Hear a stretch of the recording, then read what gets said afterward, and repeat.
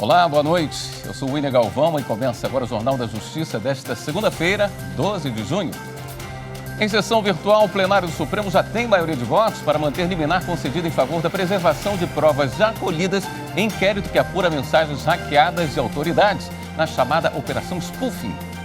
Esse é um dos destaques de hoje. E você acompanha também nesta edição.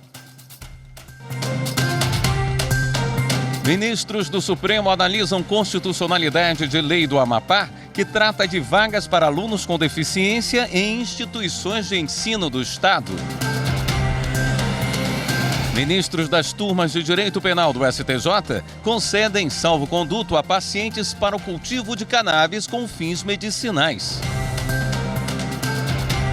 E ainda, no Dia Mundial de Combate ao Trabalho Infantil, TRT da 10ª Região promove debate e conscientização em escola pública do Distrito Federal.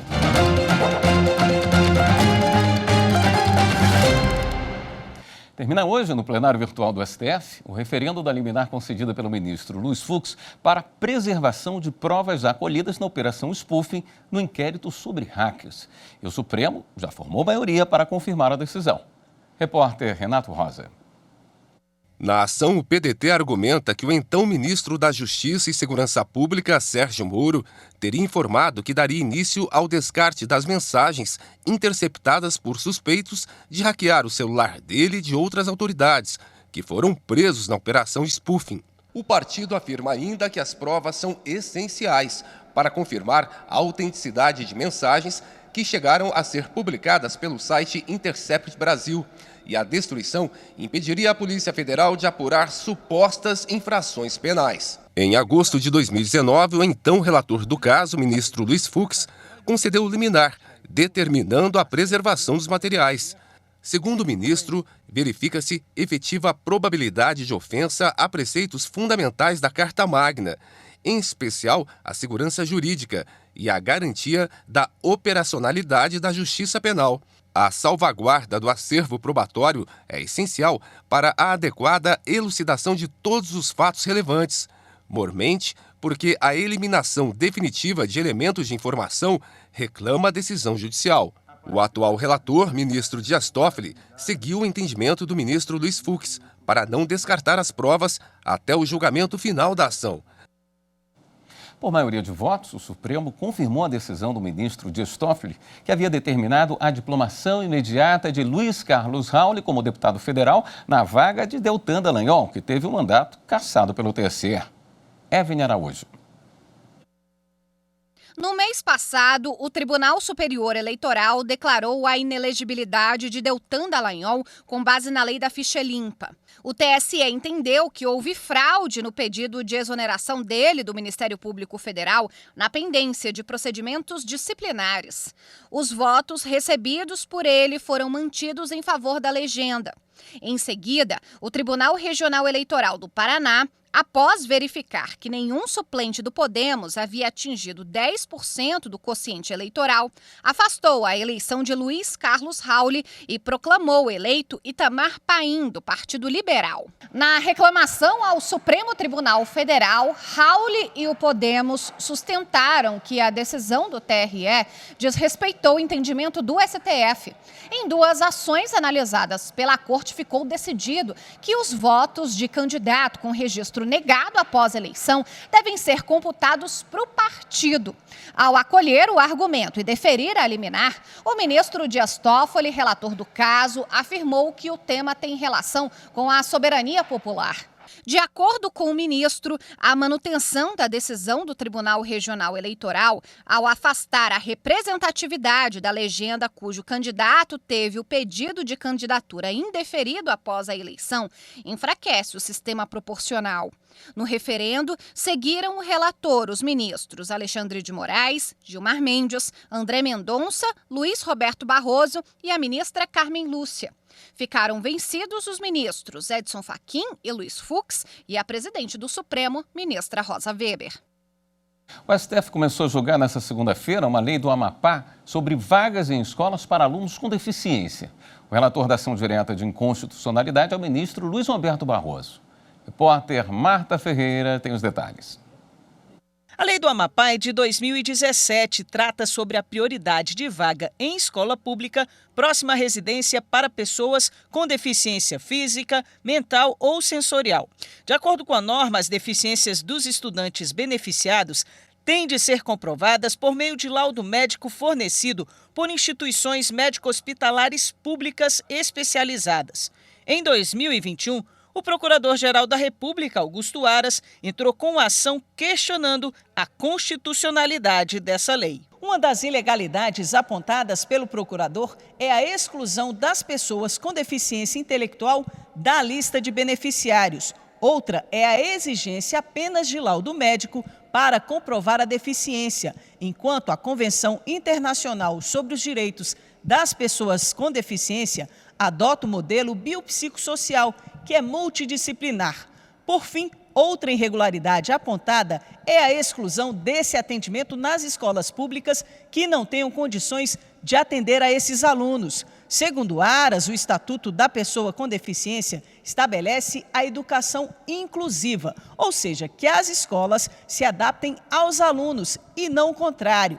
Para o PGR, houve violação da competência da União para editar normas sobre proteção e integração social das pessoas com deficiência. A ação foi levada para julgamento em sessão no plenário virtual. O relator é o ministro Luiz Roberto Barroso, que acolheu o pedido do Procurador-Geral da República. Para o relator, há vício material de inconstitucionalidade, porque a lei estadual se desviou da norma geral fixada pela União, que tem em vista a proteção da pessoa com deficiência. Ele ressaltou que a valorização do ensino inclusivo já foi reconhecida como imperativo pela jurisprudência do Supremo Tribunal Federal. O ministro entende que a lei não é válida e propôs a seguinte tese: é inconstitucional lei estadual que reduz o conceito de pessoas com deficiência previsto na Constituição, na Convenção Internacional sobre os Direitos das Pessoas com Deficiência de estatura constitucional e na Lei Federal de Normas Gerais, que desconsidere para aferição da deficiência a avaliação psicossocial por equipe multiprofissional e interdisciplinar prevista pela lei federal, ou que exclua o dever de adaptação de unidade escolar para o ensino inclusivo. O prazo para os demais ministros apresentarem o voto é dia 16 de junho. O plenário do Supremo Tribunal Federal atendeu a pedido do governo de Roraima e invalidou dispositivos de uma lei do Estado que alteraram o plano de cargos e carreiras dos servidores da educação básica. Por unanimidade, o colegiado entendeu que as modificações introduzidas por emendas parlamentares são de iniciativa privativa do Poder Executivo e não poderiam ser implementadas pelo Legislativo local.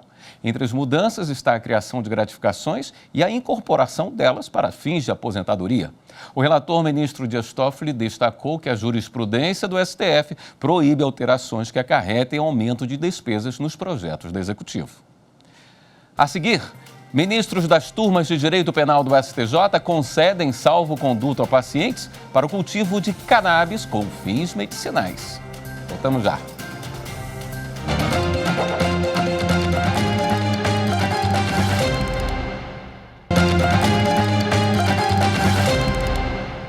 O Ministério Público Federal e a Câmara dos Deputados promovem, na próxima quinta-feira, uma audiência pública para debater as propostas de alteração do marco legal dos planos de saúde. Pedro Canguçu tem as informações. O objetivo da reunião é ouvir as demandas e receber contribuições nos diversos segmentos que atuam no setor de saúde suplementar. A reunião será realizada em Manaus e o debate será aberto ao público sem necessidade de fazer inscrição. No evento estarão presentes representantes locais dos poderes executivo, legislativo e judiciário, operadoras de plano de saúde, prestadores de serviços, pesquisadores, estudantes e especialistas. O encontro faz parte de uma série de audiências realizadas pela Câmara dos Deputados em diversos estados do Brasil. Ministros das turmas de Direito Penal do Superior Tribunal de Justiça concederam salvo-condutos a pacientes para o cultivo de cannabis com fins medicinais. Rafael Porfírio. Um dos casos envolve uma paciente que faz terapia com cannabis para tratar fibromialgia, a partir de prescrição médica com aval da Agência Nacional de Vigilância Sanitária para importar medicamento à base de canabidiol. Em decisão monocrática, o ministro Reinaldo Soares da Fonseca apontou que os 2 colegiados de Direito Penal do STJ, a 5ª e a 6ª turmas, consideram que a conduta de plantar cannabis para fins medicinais não preenche a tipicidade material. Segundo o magistrado, é necessário expedir o salvo-conduto quando comprovada a necessidade médica do tratamento, evitando incriminar pessoas que estão em busca do seu direito fundamental à saúde.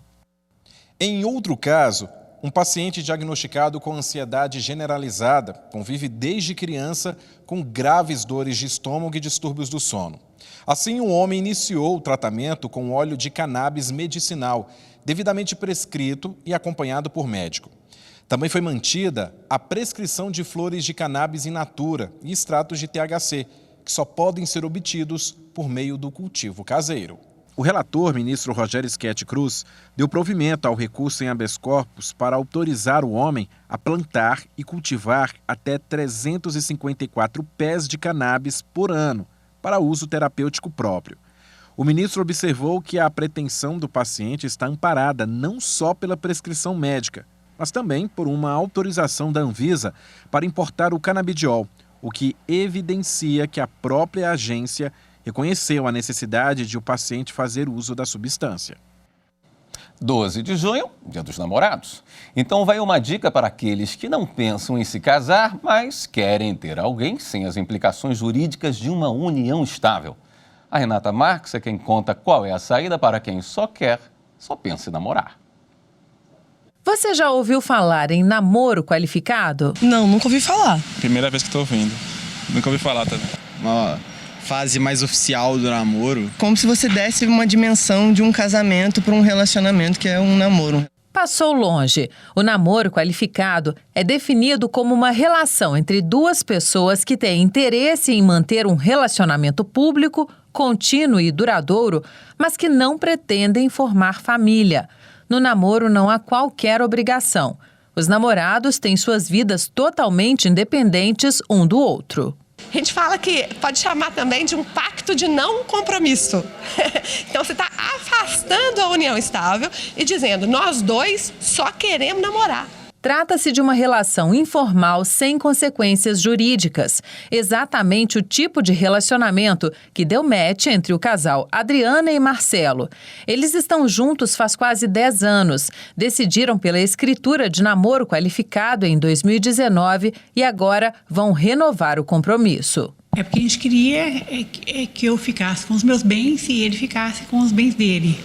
Os meus bens iriam para minha família e os dele para o filho dele, né? Porque a gente só queria ficar junto, né? O nosso interesse era o amor, né? E não financeiro, né? Nós viemos renovar, eu e Marcelo, e já pedimos as certidões e já vamos dar encaminhamento no contrato de namoro. O que separa o namoro qualificado de união estável é o objetivo de construir família. Na união, os companheiros partilham os bens adquiridos durante o relacionamento, participam como sucessores na herança do falecido e podem ter direito a receber pensão. O regime padrão da união estável é o comunhão parcial de bens. Essa modalidade é a mais parecida com o casamento e justamente por isso que foi a escolhida por seu Mário. Viúvo e pai de um menino, o engenheiro civil namora uma mulher mãe de 2 filhos que também perdeu o companheiro. O desejo do casal é formar uma nova família. É esta a situação do relacionamento normal, né? Quando se casa, como se fosse a primeira vez, né? Você casa com as condições todas, de juntar bens e essas coisas todas, né? Eu acho que hoje nós 2 já temos as nossas vidas praticamente formadas, né? Em relação a patrimônio, essas coisas todas, e mesmo fazer família, e nada impede de ter até um novo filho nesse relacionamento, né? Em março deste ano, a Corregedoria Nacional de Justiça publicou uma norma para simplificar o processo de união estável. Agora, além dos cartórios de notas, os de registros também podem reconhecer o desejo do casal. E a união estável tem efeito perante terceiros, é obrigatório que ela seja registrada no livro E do Registro Civil das Pessoas Naturais, tá? Então, assim, é aquela coisa, começa algo informal, mas se você quer dar uma segurança, se você quer dar uma publicidade, quer que gere efeitos, né? Você pode fazer isso, tanto no cartório de notas, é possível ainda fazer as escrituras, né, de união estável, quanto no cartório de registro civil. Você pode fazer um termo declaratório de união estável e, se você quiser retroagir a data da união estável, você pode fazer uma certificação eletrônica do início da data. Faz tudo perante o oficial de registro civil, tá? Então, tudo isso para a gente falar, né? Olha como é que tem muita diferença entre namoro e união estável. O namoro é exatamente para dizer que eu não quero um compromisso que gere, inclusive, comunicação de patrimônio, não quero. E a união estável, você pode documentar, inclusive dando efeitos retroativos, porque você quer que essa união estável seja de conhecimento de todos, seja pública. A seguir, a gente fala sobre o Dia Mundial de Combate ao Trabalho Infantil. Voltamos já.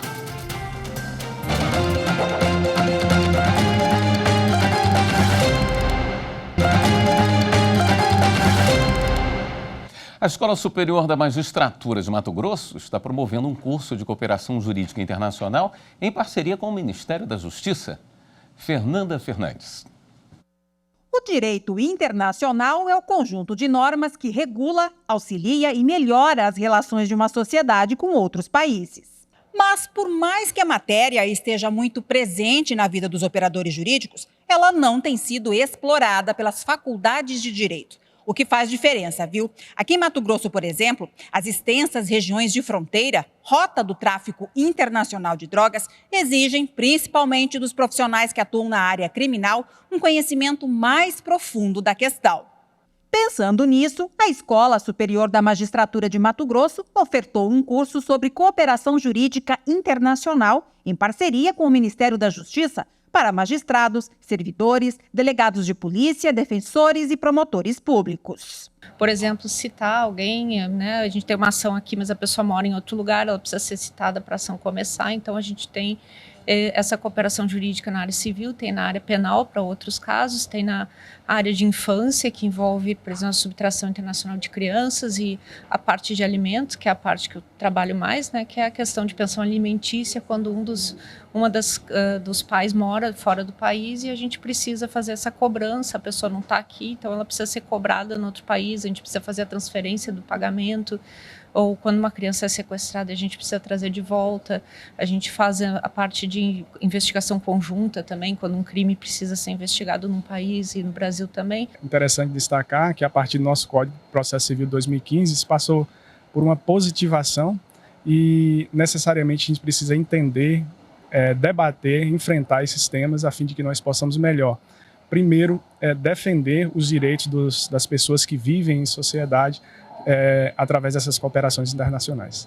Com a capacitação, a SMAGES cumpre seu papel de qualificar e qualificar bem os magistrados para melhorar a prestação jurisdicional, trazendo sempre assuntos relevantes e atuais. Quando ele tiver que fazer uma carta rogatória, por exemplo, um outro país para citar alguém, a gente não tem conhecimento, não é igual ao nosso direito aqui. A gente precisa de cooperação, entrar em contato com o Ministério da Justiça. E como que o juiz faz isso? Ele não sabe. Então, essa cooperação da SMAGES com o Ministério da Justiça, para o Ministério da Justiça vir aqui e nos capacitar de como a gente pode cooperar para que veja os direitos dos nossos cidadãos brasileiros ou de estrangeiros em outros países, é muito, muito importante, né?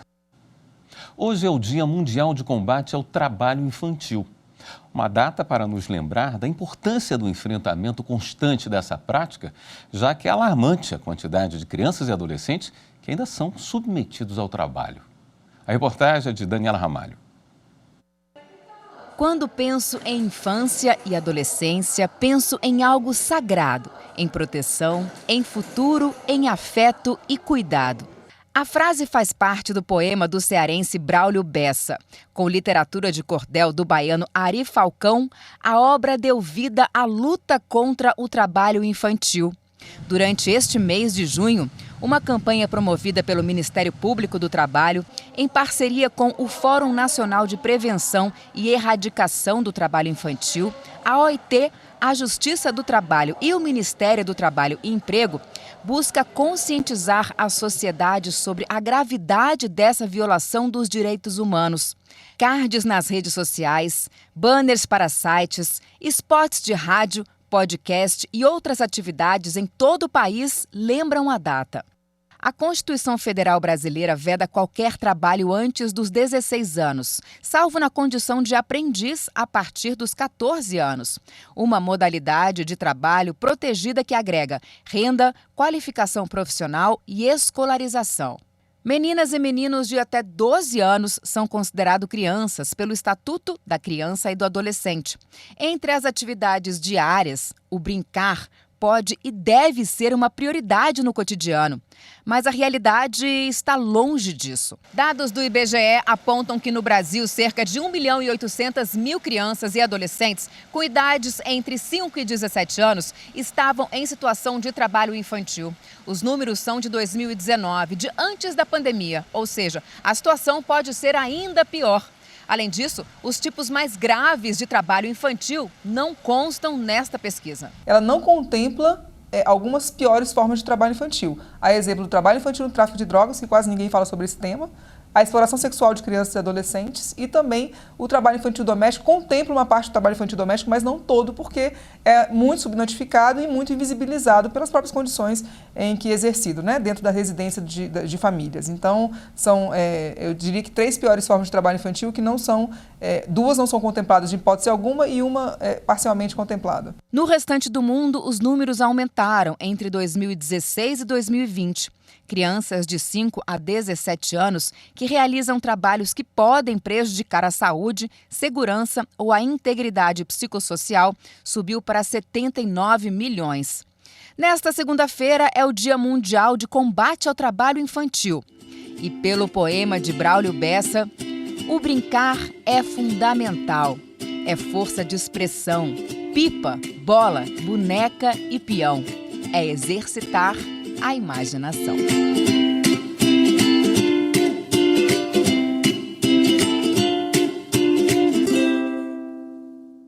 E para marcar essa data, integrantes do TRT da 10ª Região foram a uma escola pública de Ceilândia, aqui no Distrito Federal, conscientizar alunos, familiares e colaboradores. Luana Carvalho. A ação ocorreu em 2 turnos, para um total de 360 alunos. No período matutino, participaram 180 alunos do ensino médio, na faixa etária de 15 a 18 anos. Já no período vespertino, foram 180 alunos do ensino fundamental, com idades entre 11 e 15 anos. A juíza do trabalho, Natália Martins, faz parte do programa de combate ao trabalho infantil e de estímulo à aprendizagem do TRT-10. Ela falou sobre a importância de motivar a reflexão da sociedade sobre as consequências do trabalho na infância. Esse trabalho de conscientização ele é extremamente importante, ele é essencial, na verdade, para que a gente possa fazer com que aqueles mitos tão comuns, né, na sociedade de que é melhor trabalhar do que roubar, que o trabalho dignifica o homem, de fato ele dignifica, mas desde que seja feito na idade correta e adequada para isso. E a gente precisa trazer essa sociedade a essa conscientização para tirar as crianças desse ciclo de pobreza. Então, infelizmente, a gente vê que é uma questão intergeracional, né? Vão se repetindo aquelas condutas que as famílias vão adotando, porque realmente precisam, são geralmente famílias que a criança ajuda, né, no sustento da casa, e essa conscientização faz com que a gente consiga quebrar, né, com esses ciclos e possamos trazer realmente as crianças para o local que elas merecem. A juíza do trabalho, Laura Ramos, que também é gestora regional do programa, abordou os direitos da criança e do adolescente. A criança, ela precisa de uma proteção, criança e adolescente, porque eles são sujeitos aos maiores tipos de violência, seja o abuso econômico, que é o trabalho infantil, seja a violência física, institucional, psicológica tá? Negligência, abandono. Então, por isso, é necessária a proteção da criança e essa proteção está prevista no Estatuto da Criança e do Adolescente, na Constituição Federal e na própria CLT. O tribunal, ele tem como papel, o nome do nosso subcomitê é de Erradicação e Combate ao Trabalho Infantil e Estímulo à Aprendizagem. Então, nosso papel é conscientizar, tá, as instituições, as escolas, a sociedade, dos riscos, de como o trabalho infantil pode prejudicar o desenvolvimento, né, mental e físico de uma criança. Luiz Felipe, que tem apenas 17 anos, entendeu bem o recado. Lugar de criança é na escola. A gente já sabia que era errado, mas eu não tinha assim uma noção sobre idade, essas coisas que pode, que não pode. Eu só imaginava que eram crianças que não podiam trabalhar. Mas depois dos 14 podia. Mas mesmo tendo 14, tem algumas regras que têm que ser seguidas, alguns trabalhos que não podem ser feitos, mesmo sendo 14 anos. E o diretor Kiko prometeu. O trabalho de conscientizar os alunos e os familiares continua. Trabalhar só depois de estudar. Por ser uma favela, né, aqui ao redor da escola, eles têm muito essa questão do trabalho infantil. Desde pequeno, alguns alunos não vêm para a escola, ou o que o pai fala, ele não pode vir para a escola porque vai trabalhar, vai me ajudar em tal coisa. E muitos acabam desistindo da escola nesse período. Então é muito importante dar essa informação para eles, uma informação bem precisa de quem conhece. A gente vai fazer essa conscientização e trabalhar sempre junto com o Conselho Tutelar, porque todas as denúncias que a gente tem aqui, a gente tenta trabalhar, trazer para as autoridades competentes, principalmente quando a gente tem alguns estudantes que às vezes falta a escola para fazer esse trabalho infantil.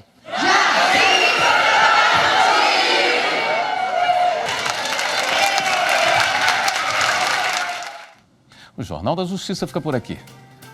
Um ótimo início de semana para você. Até amanhã.